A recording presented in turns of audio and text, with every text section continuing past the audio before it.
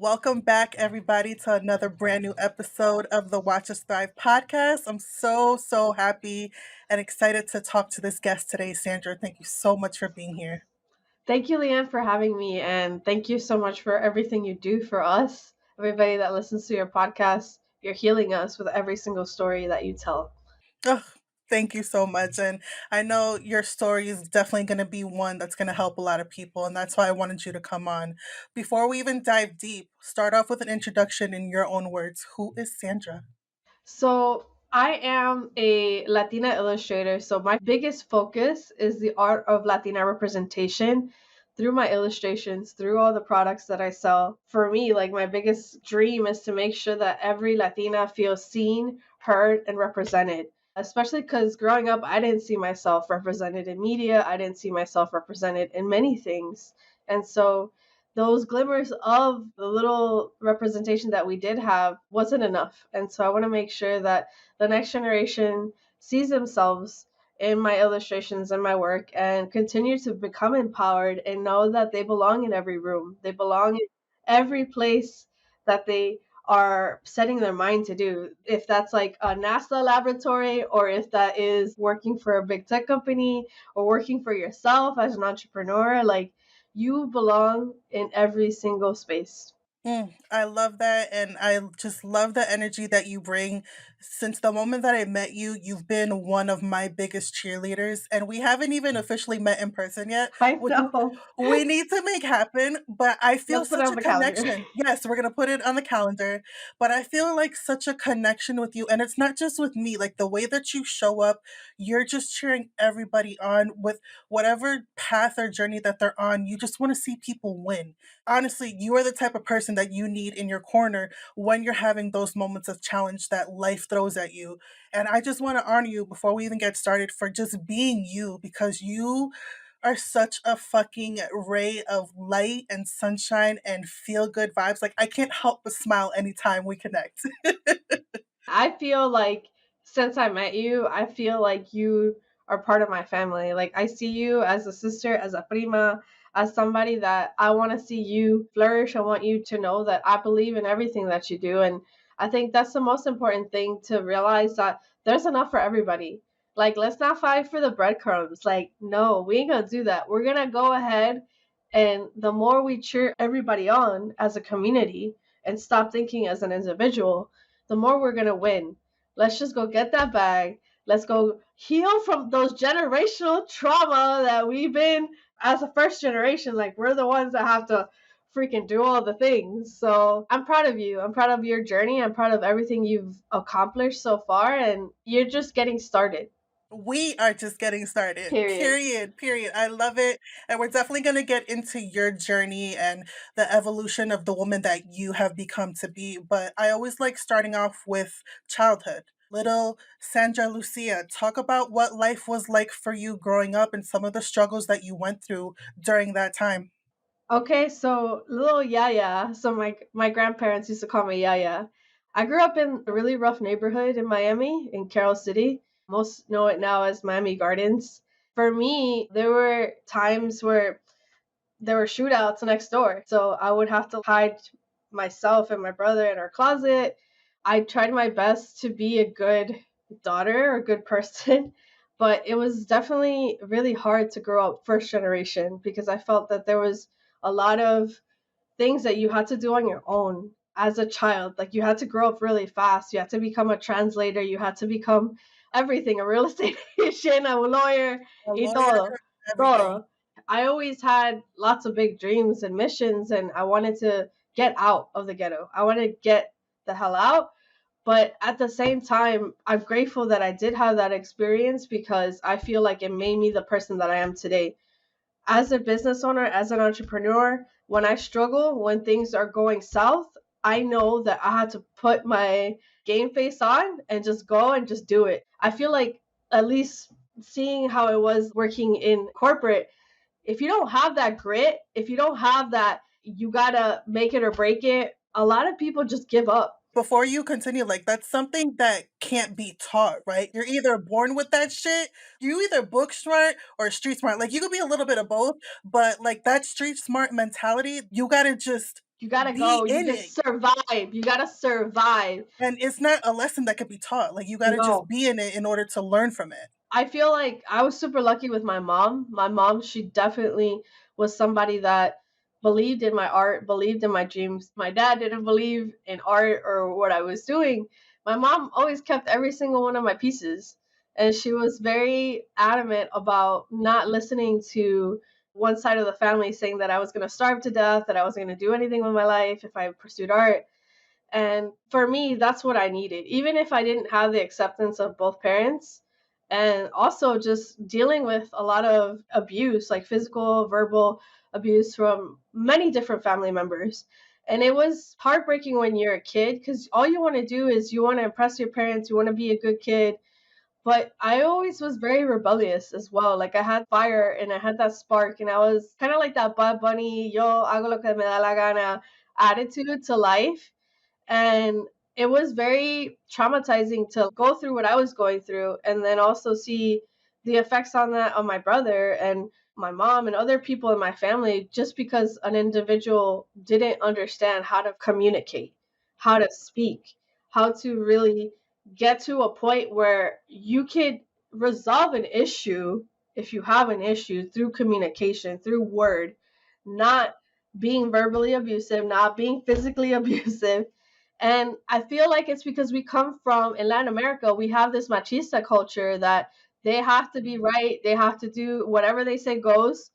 And I feel like the countries that really allow women to go and pursue their dreams are the ones that are making the GDP, the ones that are bringing the bag home. So those are the things you have to notice. And also, religion plays a huge part in that. You have to be married, you have to have kids, you have to do this and that. And for me, I believe in a higher power, but I don't believe in the institutions of the church, especially when it comes to abuse. There's a lot. If you go down that rabbit hole right now, it's gonna be a journey. But like I said, I believe in a higher power. I believe in my ancestors guiding me. My mom and my grandparents are who saved me, are who kept me on this earth. Both of my grandparents were farmers in Colombia, and my grandfather instilled a sense of community in me. Like he made sure that everybody in his block was taken care of. If there was somebody that didn't have food, here, I'm going to share a little bit of my food with them. And that's just the type of person he was. And then with my grandma, too, she delivered babies. She was a midwife. So she delivered over 200 babies in the village that we were from. And so thinking about their struggles and the shit they had to go through, the generational trauma they went through, and then the generational trauma that my parents went through, I feel very blessed that I now have the opportunity to seek out a psychologist or a therapist to really get to the root of the problem before, oh no, you can't go see a therapist because eso para locos. No, the people that are not, for me, if you're crazy, go see a therapist, go see somebody because you need to get this stuff out of you. Because if you don't, it's going to slam in your face when you least expect it, really. When you don't plan for it, it will come up and it will bubble up, seep through, and say, okay, hey, I'm here, let's work it out right now because you didn't work it out earlier. And if you don't have the tools set in place in order to move through those moments of challenge when it comes to what life throws at you, you can fall into deep fucking depression, or you can end up in the hospital. And I know that's something that happened with you before you went to your journey to entrepreneurship. So talk a little bit about how life was like for you in the corporate world and how the shit that you dealt with from childhood all came together. Take us on that journey. Okay, so I remember working in corporate America for 12 years. And then I finally got to the position that I thought I was worthy as an art director for a major tech company. So I lived in Miami for 30 years. And then I moved to Seattle to pursue this big job opportunity. And from the moment I got there, the microaggressions just came out left and right. Like, where are you from?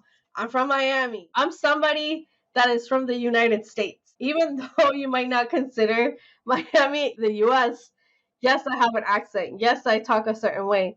And the microaggressions just started coming out left and right from everybody. When I would mention that I'm Colombian, people were like, you involved with drugs, da da da da. Do you know Pablo Escobar? I'm not going to come here and talk about your culture and demean you. So I was a very tough type person and I would just snap back. Oh, you're going to give it to me? I'm going to give it back to you. I'm sure that was kind of a culture shock going from Miami to Seattle. That's polar fucking opposite. Are there any Colombians in Seattle?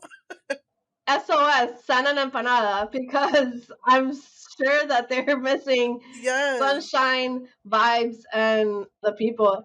Yeah, it was definitely a culture shock. It definitely set me off because I felt like I didn't belong. For the first time, I felt imposter syndrome.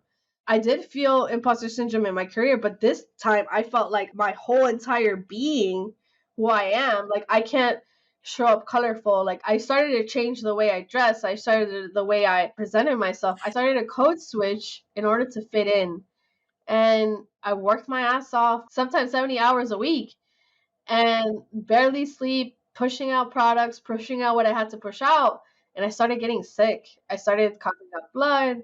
I started to lose hair. I started to develop this thing in my chest as well. This that moment where everything kind of started crashing down was I was supposed to go to Tokyo with my husband for his birthday. We were going to plan this beautiful trip. And I started to cough up a lot of blood. And I told them, we can't go. We can't do this. And I felt so bad because this is the first time my work, my stress, my anxiety of being in a place where I always have to be on the top of my game started to affect me. That's gotta be fucking terrifying. It's so scary And because how old were you, if you don't mind me asking, when this was happening? I was 31. That was when it started happening. And then I got misdiagnosed with lymphoma. And Oh my god, are you kidding me? And I thought my life was over. I Oh thought my god. it's over. I'm done. I'm never gonna have kids. I'm never gonna enjoy being an old lady. And then my best friend called me up and she's like, "No, you're gonna go get yourself a second opinion." And so I did. I went to Colombia.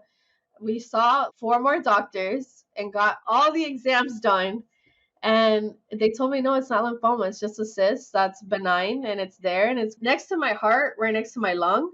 And so I can't take it out because that's a very complicated surgery. And unless it was cancer, then they don't want me to go in there and do things because it's just unnecessary at this point.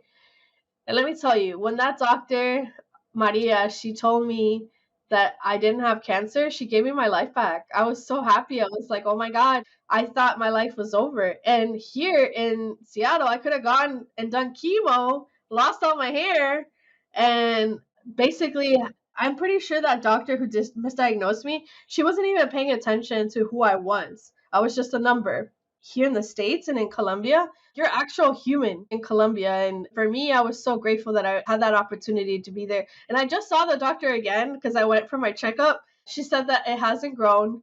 So thank the Lord, thank God. Wait, So hold happy. on. Before we continue, I just gotta sit on that for a minute because holy shit, I didn't know that entire story. So, first of all, I'm so glad that you're here to tell that story because the fact that a fucking corporate job got you to that point, and what really stuck out to me was once you got that misdiagnosis fixed, it was a rebirth. And I felt that same exact way the night I escaped my abusive ex.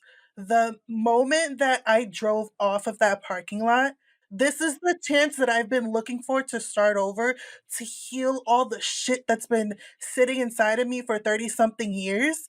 And I'm sure you felt the same way too. So, what happened after that? What came to be after you got your fucking second chance? First of all, thank you for sharing your Yeah, story. And absolutely. you're a fucking badass for So are you. leaving and choosing not to stay because also for me, I left my abuser. Yes. And I'm happy that I did that as well. Like I had many abusers, family member, corporation. There's many into play. And so with that, I realized it's not worth it. It's not worth it me killing myself. It's not worth it me trying to change who I am to please someone.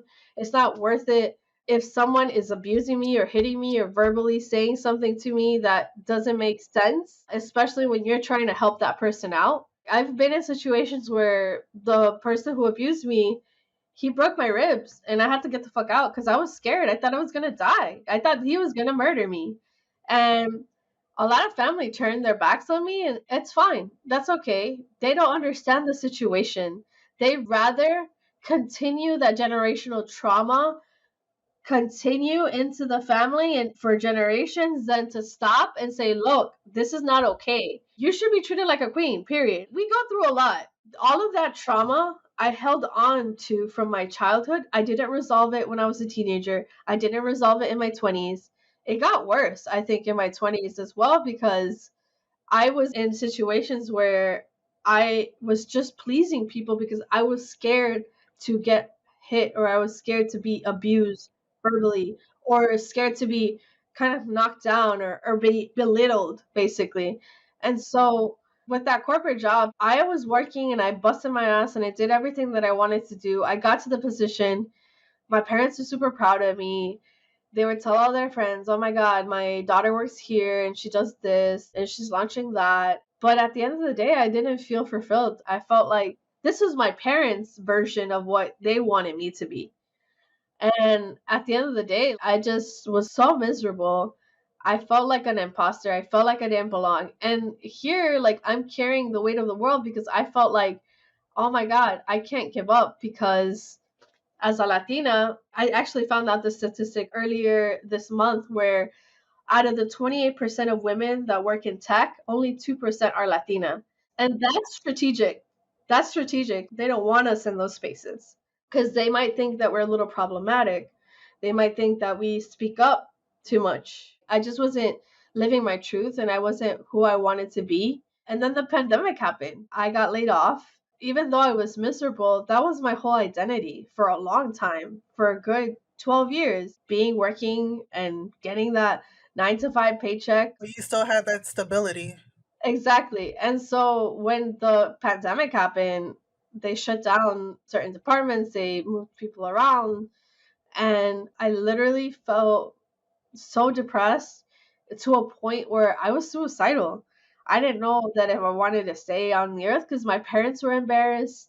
I was embarrassed. My husband was the super supportive, amazing person and literally lifted me out of my depression and was like, you're gonna go see a therapist. Shout out to hubby. Let's praise Jonathan him real Diaz, I quick. love you. Before you continue, I just love that because there's not a lot of men who have that mindset to take care of your mental health. And that must have been something so refreshing for you to have your partner be so supportive and lift you out of that dark place. Let me tell you, he was the one that I felt like, him and my best friend Paula, the same one that talked about the diagnosis. These are people that saved my life. You need to go to therapy. You need to go and talk to somebody. You need to talk to a psychologist. And you know what's so crazy? Like, my whole entire life, I'm like, no, that's for locals. I'm not gonna do it. I don't think I need it. Da, da, da. That was the best thing I ever freaking did in my whole life. Like, to go to speak to somebody about all the traumas I've been through, the things that I have been holding in, was so liberating and life changing. The fact is also, my psychologist has said a lot of these tech companies, they look at you and they just want to use you. They want to mine you for what you have. And then when you're done, that's it. You go on to the next person. And it's funny because she's like, our parents groom us for these situations because they came to this country and they're super even just grateful to be here, that they're not going to negotiate up. They're not going to negotiate to get promoted. They're not going to negotiate for a higher wage. They're going to do all the things and they're going to burn out. And it's because, Suck it up and just take suck it it. up and just do it and Yeah, just take it. yeah. And I'm so happy that my psychologist said that. She's like, when you walk through the halls, you see a lot of bars and alcohol carts. I'm like, yeah. And there's a lot of happy hours. It's a lot of these things that they just keep you kind of sedated. That's super interesting. And just shout out to you for being the one to be like, no, I'm going to break the cycle. I'm going to break the chains and I'm going to go against the norm and do something different. So I know that you ended up walking away from your 9 to 5 and now you're this entrepreneur. Ooh, bad, just out here killing it. So take us on that journey now of the transition. The transition was pretty much a lifetime coming. I knew that I always wanted to be an entrepreneur. I was just scared to do it.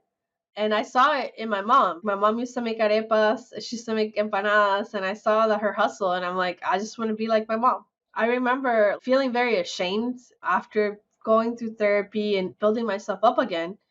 I realized that my husband, he was super supportive. He's like, you're an illustrator, you like to draw, forget about design, forget about all the things that your parents tell you you have to be. Don't tell them what you're doing and just do it. Yeah, I'm just going to do this quietly.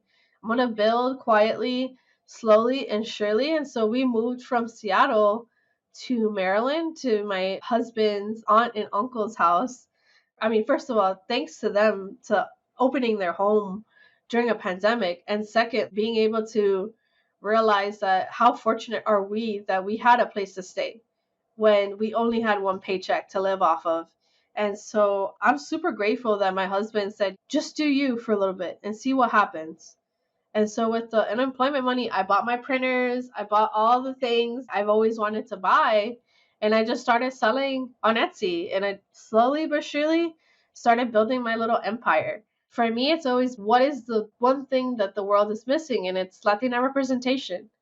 And I feel so fortunate that because of the experiences I had in corporate America, that is the reason why I do what I do today.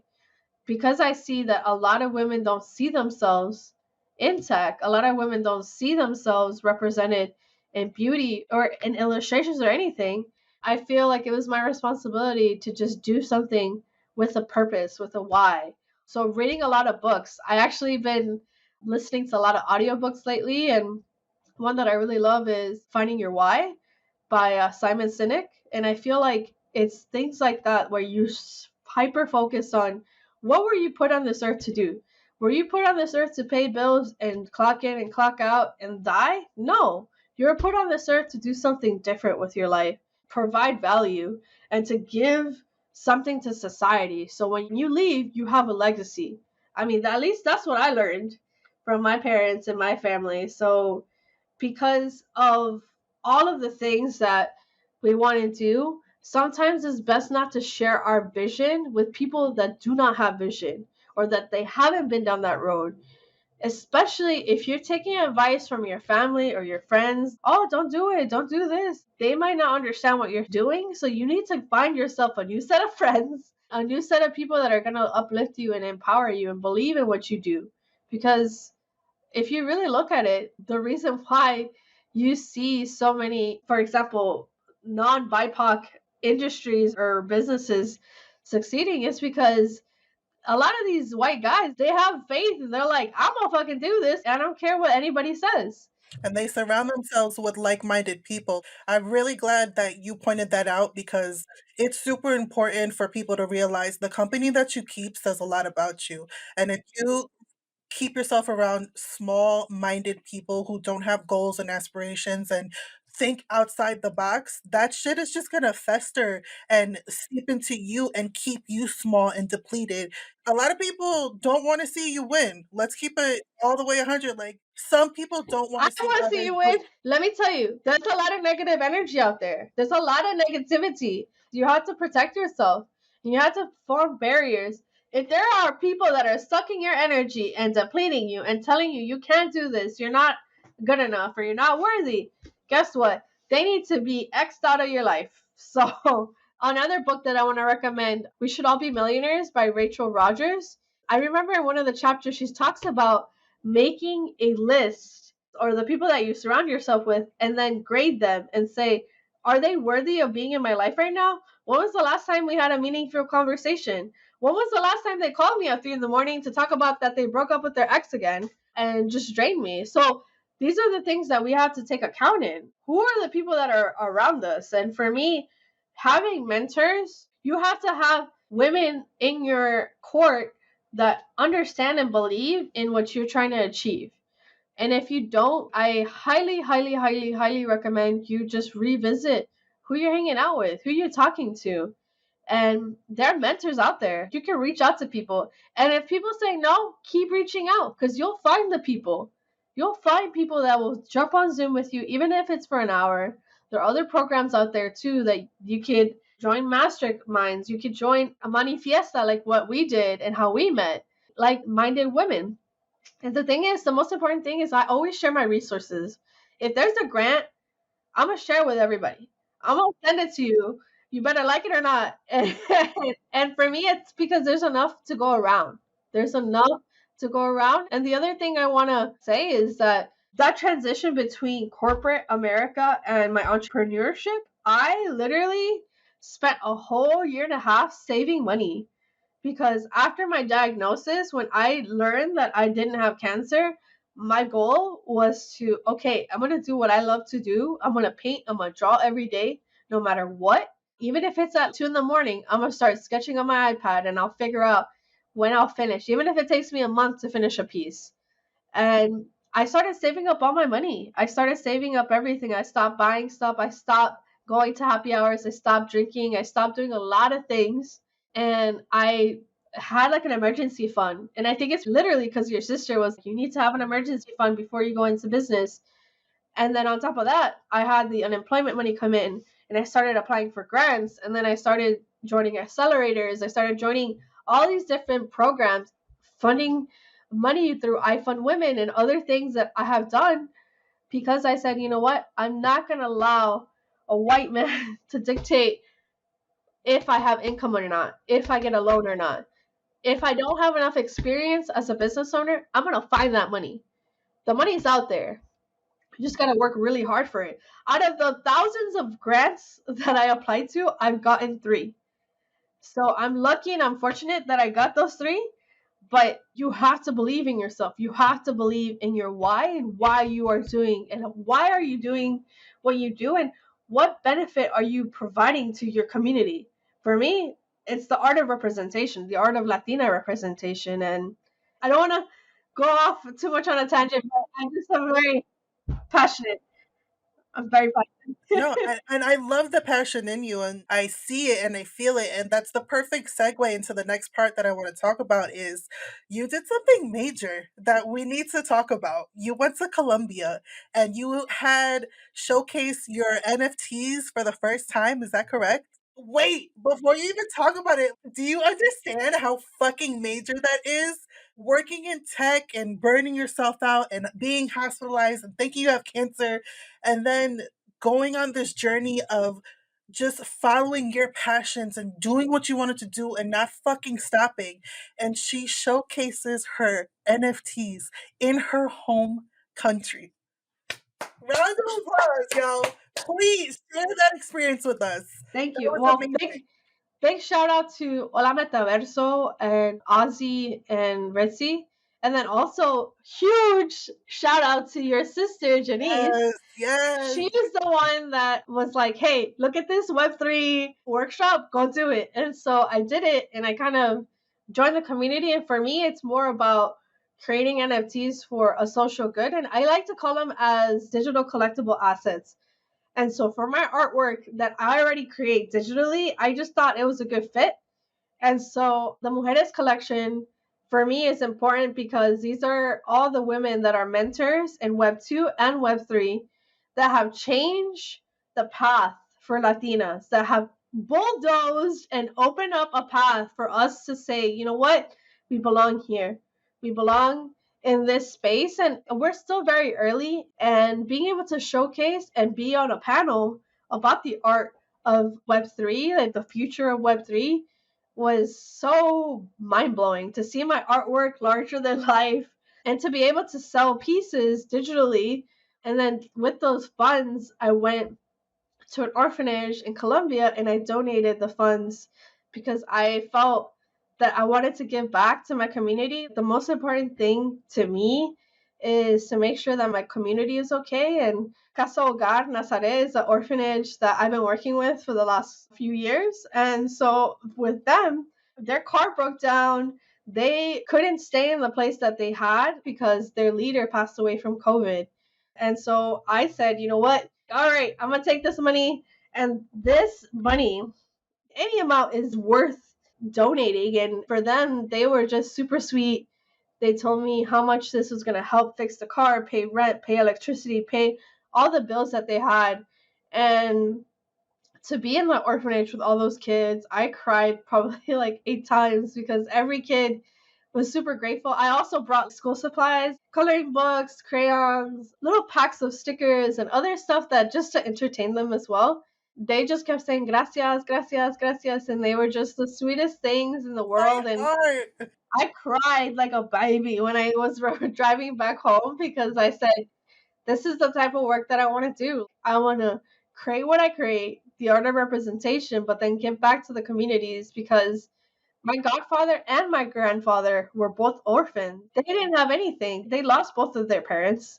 To me, to see my godfather as an entrepreneur and my grandfather also to be someone that was a leader in coffee growing in Colombia in his community, making sure he established prices that were fair for farmers against these big giants like Juan Valdez and Starbucks, like these are the reasons why I am who I am because of the people that are in my life. And like I said, my godfather, my mom, my grandparents, these are people that pushed me and believed in me. And so when I told my mom that I was exhibiting in Colombia, like we both did like a happy dance and started shrieking. She keeps showing everybody when I was presenting on stage. I was very nervous, but I felt the love from the crowd because a lot of these people I've been chatting with through Twitter for the last 7 months. And now I feel so grateful that I'm able to produce this collection. And then on top of that, I I launched another collection with Corbell and Latinas in Tech. That collection is we are basically featuring 30 luminarias, and these are women in STEM that are all types of women, CEOs, they work at NASA, they work at Amazon, they work at all these big tech companies as directors, as creative directors, as people that a lot of us Latinas should aspire to. And they basically tapped me because I was in a Twitter space, super passionate about Latina representation. And I was able to produce that collection while I was in Colombia at night. So even though I had the Yo, conference, I'm here for I'm it. here sketching at night. My mom coming into the room like, "¿Quieres una empanada?" I'm like, "Yes." And so basically working remotely, producing this collection and being able to spend time with my parents. I live in Maryland now and they live in Miami, and so I don't get to see them every day.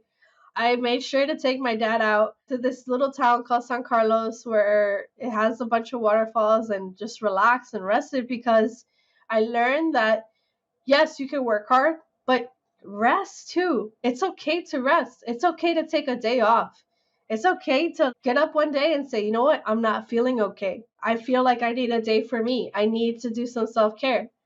Just being there with my dad and seeing his smile when we were in the waterfalls was everything. Like being able to build that relationship up. I think the biggest thing to be able to take what you have, be grateful for it, and continue to build and not allow the things that happen in your past, your traumas in the past, affect your future. The quicker you get those roadblocks out of the way, that's the moment you're going to start living life.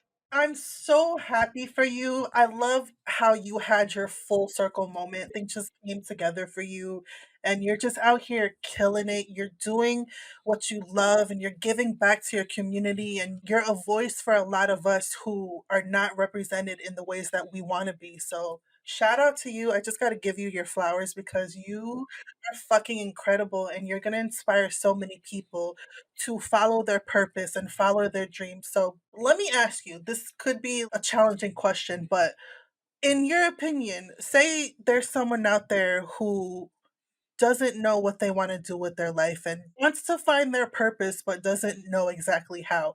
What would be some recommendations from you in order to find our purpose or follow our why? Yeah, I would say the biggest thing is you don't have to have everything figured out. I thought I had my life figured out after when I was 20, when after college. Don't we all? No, I don't. The universe is like, guess what? Nope. Psych. Psych. And so I would say take your time, be graceful with yourself, and experiment. Take your time and seeing, okay, I like to dabble in design, I like to dabble in video editing, I like illustration, I like a little bit of everything. Don't label yourself as a master, but a lifelong learner. I'm still learning stuff every day. Even though I'm an illustrator and I work with, for example, my Mujeres collection is like activated with like AR and everything. You guys, she's killing it. I just wanna say she's fucking killing it in these streets. I still am learning about, okay, what is the best way to do website design? What's the best way to host a Twitter space? What's the best way to hire people to help you work on your business? Delegation. All those things take time, and finding your why and your passion, I think, starts with little journeys that you take every day. For me, it's journaling. Every day I have a page in my journal and I write things out. I write how I feel or what I want to do or some goals for the month or for the week. And then I start to look at what are the things that bring me joy and what are the things that suck the joy out of me and drain me. I try to say no to the things that just drain me. And then the things that fill me up with life, I try to prioritize. Obviously, if you're still working a 9 to 5, it's okay to come back after from 9 to 5. You do what you got to do with that company. But at las cinco, that's how you do what you want to do and how you want to do it. And I think for me, that's how I started. I would illustrate, I would draw, I would paint. Before working in big tech, I worked in beauty. I started doing video editing. I did a lot of things that were different and I learned through YouTube. There were a lot of things that they didn't teach us in college. I just had to learn after college. I went about 10, 15 years ago cuando we were learning Flash and none of us use Flash anymore. Yeah. So I say slowly but surely, do not compare your chapter 2 to somebody's chapter 26. Do not think that you have to have it all done and figured out. And your passion and your why, it will come to you when you start to see what brings you joy. It doesn't have to be a big life changing why. It could be my why is to uplift voices. My why could be to be there for people. My why could also be to be here for me, to follow my journey, to learn about myself. Those are perfectly good whys. It could be anything that you want. You don't have to have it all figured out. It organically comes to fruition as you continue to do the things that you love to do. The more you do the things you love to do, here's some more stuff. Here's some more. Here you go. A lot of these people that you see are instant success on social media. It's taking them 10, 20, sometimes even 30 years to get to where they're at. Look at my sister. It took her a decade before she got to the status that she is today. Did people see the late nights and the depression and all this shit? No. But when it comes to social media, we only see glamour and everything, but you don't know anyone's story and what it is they had to do to make that happen. I'm glad that you pointed that out. And the thing is also with your sister and you and a lot of us, we're showing up.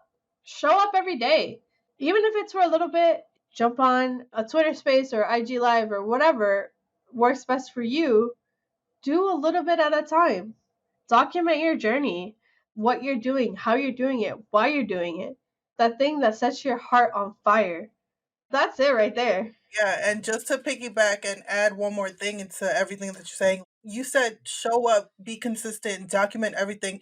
Document the losses too. Document the entire journey because people can relate to that. People love to see not just the highlight reels, they like to see a real human being doing it and pursuing it anyway. Don't be afraid to fail. Don't be afraid to pivot. Don't be afraid to, okay, this didn't work out, so let me try something else. And showing that to the world, that creates a connection with people. And that's how you build a community. And that's how you can start living in your purpose and working towards whatever it is that you want to, just being authentic. 100, 100, 100, everything you said. I remember when I posted about my health scare 3, 4 years ago, people were like, what? You didn't even say anything when you were going through it. Now, isn't it about being a human being? It's about connecting. And so I highly suggest, especially everything you said, be authentic to you. Show up how you show up. You don't have to speak a certain way anymore. You don't have to code switch. Be you. The people that want to surround themselves with you, they will. They'll show up. They'll be there. Absolutely. I mean, look at us. Look at this beautiful connection because we're being authentic and we're being ourselves and we're having this beautiful conversation. Oh, I love you so much. You're just so fucking inspiring. The message that you have for us. So, you're all about representation for the Latinx community. Why do you feel like that's so important to be a focus on? Why do you feel like we need to show up more in those spaces? Because white people have been telling our story wrong. I'm gonna be honest. I'm gonna be blunt. Like Drop the mic. Boom. white people have talked about our stories and tried to impersonate what we do or how we do things or culturally appropriate beauty about how we dress. And I think it's time for us to tell our story. As a little girl, I only saw Frida Kahlo in my art history book. You gotta tell me there were no other artists in Latin America that were female? No, that's a lie. That's a big lie. And so for me, I remember reading about Sonia Sotomayor when I was in civics class, but that's it. Who else was out there? And there's a lot of women out there making the way. Me learning on my own stories about Dolores Huerta, learning stories about Goyo, who is a beautiful Afro Latina artist. Like, we need to make sure that the next generation sees themselves represented in artwork, even in graduation cards. I started my graduation collection because my cousin, who has an Afro, who's Afro Latina, did not see herself represented in the graduation selection at a Hallmark. So I have to think about people don't see curly hair or afros really beautifully represented in a piece at all. So I have to go out and do it. I have to not wait for somebody to tell our story, not wait for somebody to develop a product for us because we are a growing demographic. Like we are the majority now. We're not a minority, we're the majority here in this country and we have buying power. $2.7 trillion worth of buying power. So at the end of the day, you have to make sure that you tell your story because your story deserves to be heard and seen and represented. Because at the end, who else is gonna be telling our story? It's the same bullshit. Like you go to Netflix and they talk about Narcos, they talk about Pablo Escobar. Like that story has been told, and there's so much more to Colombia than drugs and all of that. So I want to put Colombia on the fucking map. I want people to know that we got talent, that we got not just a beautiful country, but then we have innovators, movers and shakers that are the future of a lot of these tech industries, not just in AR, VR, and Web3, but in general. You have so much talent. I met so many talented artists down there that we definitely have to do like a recap episode or Twitter space to talk to them. And for me, I remember even being part of Hola Matar, so I wanted to make sure that the invitation to Latin American artists was extended. I'm not going to come to their backyard and not invite them to be in the show. So for me, it's about telling our story, being authentic, not being afraid to step on a couple toes.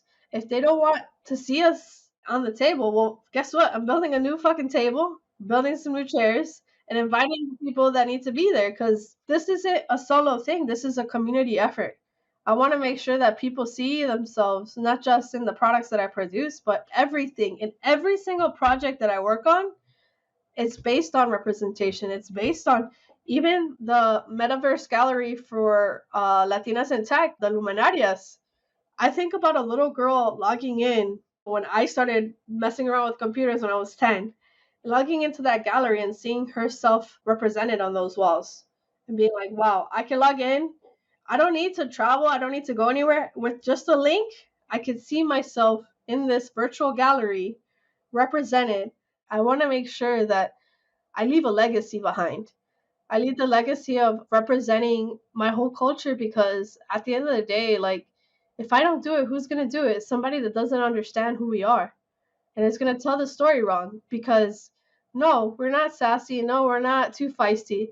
No, we just don't deal with bullshit. We come and we do what we got to do, and that's it. Period. And I love the message that you're bringing. I love the story that you're telling and the legacy that you're building. You are opening so many doors for the next generation that it's going to be so normal to see people like you in that world. So, once again, shout out to you because you're fucking amazing and I love everything that you're doing. Well, you're amplifying our voices, so thank you. I You have doing to. it too. You're doing it too, girl. You're doing it Absolutely. too. This is why I love having people like you to inspire. Even though you've gone through challenges in life, you didn't allow that to define who you were. You didn't stay stuck in the dark places. You were able to rise up and maybe fall down again, but still continue to just move forward and focus on the bigger picture. And I just love having people like you come on and share those stories of inspiring and just talking about everything that you've gone through. Like I say, we all have a story to tell, and it's important to share that for others who may not be ready to share their own stories, but to at least give them motivation to be like, if she did it, I could fucking do it too. It might take me a little bit longer. My journey might look different, which is completely fine, but we won't know unless we share our stories. 100%. And I feel like a lot of us Latinas have this imposter syndrome that no Absolutely. podemos hacer esto. Oh my God, no, we have to do all the things that our parents tell us. But guess what? I dare you to just be a bad girl. Do what you want to do. Haga lo que te da la gana. Because guess what? If you do good, they're going to talk shit about you. If you do bad, they're going to talk shit about you. So do whatever you want to do. Because Because at the they end gonna of the talk day, anyway. they're going to talk. So just do what you got to do. Yeah. Yeah. Oh God, I fucking love you. Like, if anything that you take away from this conversation, it's to adapt the Bad Bunny mentality. I'm gonna do whatever the fuck I want to do, and I don't care. I don't care who I need to push out the way, but I'm not gonna do it in a malicious way. Like, I'm gonna stand firm in who the fuck I am and bring people up with me and not take any bullshit. You are the epitome of that. And I just want to ask you one more question before we wrap up. Since we are on this amazing podcast, Watch Us Thrive, give my audience your definition of what thriving means and close it out good. I need something good, okay? Give me all the feel good energy. Okay. Thriving is waking up and doing what you fucking love to do. Thriving is not being dependent on anybody for your gratification. Thriving is accomplishing your goals and setting dreams, not just for yourself, but for the legacy of your family. Thriving is creating your world, creating a world that even if you didn't see it growing up, you're creating it for yourself. And you're creating a path for others to follow or even to join with you. Because at the end of the day, as a community, if you come together, we can all thrive. There's enough for everybody. Let's stop fighting for the better comes and let's show up for each other and let's show up for ourselves. Let's do the things that we are passionate about. Let's not be scared to think about, oh, que dirán. Forget them. Do you. Do what you love to do. Yet at the end of the day, if you're thriving and you're happy with your decisions and how your life is, that's all that matters. Nobody else's opinion matters. Not your parents, not your brother, not your papa, tu mamá, nadie. You do what you want to do and know that there is a path for you. There is space for you. That you're worthy. That you're worthy not just of wealth, but good health. You're worthy of rest. You're worthy of doing all the things that you dreamed of doing when you're a kid. So at the end of the day, I say thriving is being able to accomplish all those dreams as a young girl and opening the window and the door and the ceiling and everything, busting it all open for everybody else to walk through and say, you know what? These people also deserve these opportunities and sharing your opportunities, especially if you can't commit to something. If you see a grant for a black business owner, go send it to a black business owner. If you see something for anybody in your circle, if you can show up for them, do that because that to me is thriving. Thriving as a community, not just as a solo person, but uplifting the whole community as a whole.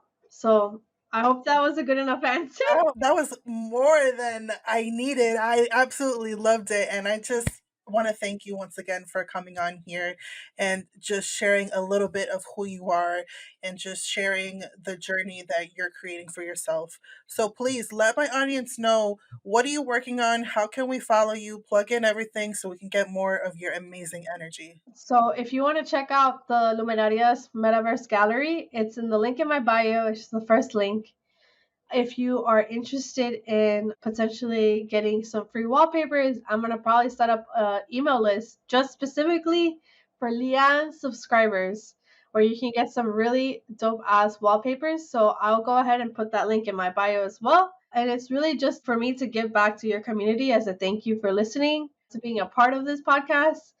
And if you're going to try to follow me on Twitter or on Instagram at Hola Lucia Diaz. I'm currently building on my website. I'm super excited. I'm proud. It's looking beautiful. It's taken a minute, but it's being done right. So I'm super excited to launch that this quarter or next quarter. And at the end of the day, I just want everybody to realize that they're worthy. They're worthy of what they want to do and who they are. And if they ever feel they need somebody to tell them that they got this, send me a DM. I am very responsive, as Leon knows.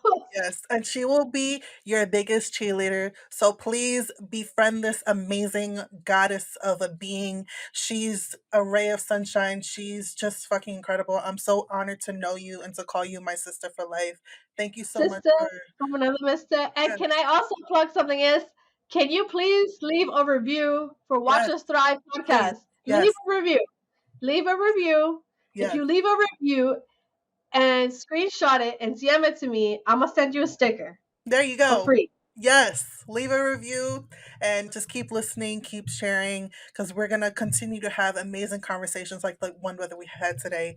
So, once again, Sandra, thank you so much for being here. I love you, and I can't wait to see what the future has in store for you.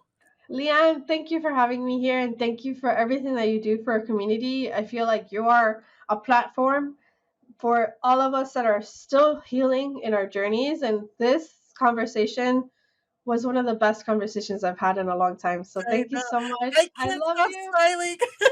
I love you Me so much. neither. My cheeks hurt, but I love you. Thank you, And love. please know that we are gonna meet soon. So Oh, absolutely. I'm gonna tackle you when I see you. By the way, Yes, so you better be ready. absolutely. Thank you, my love.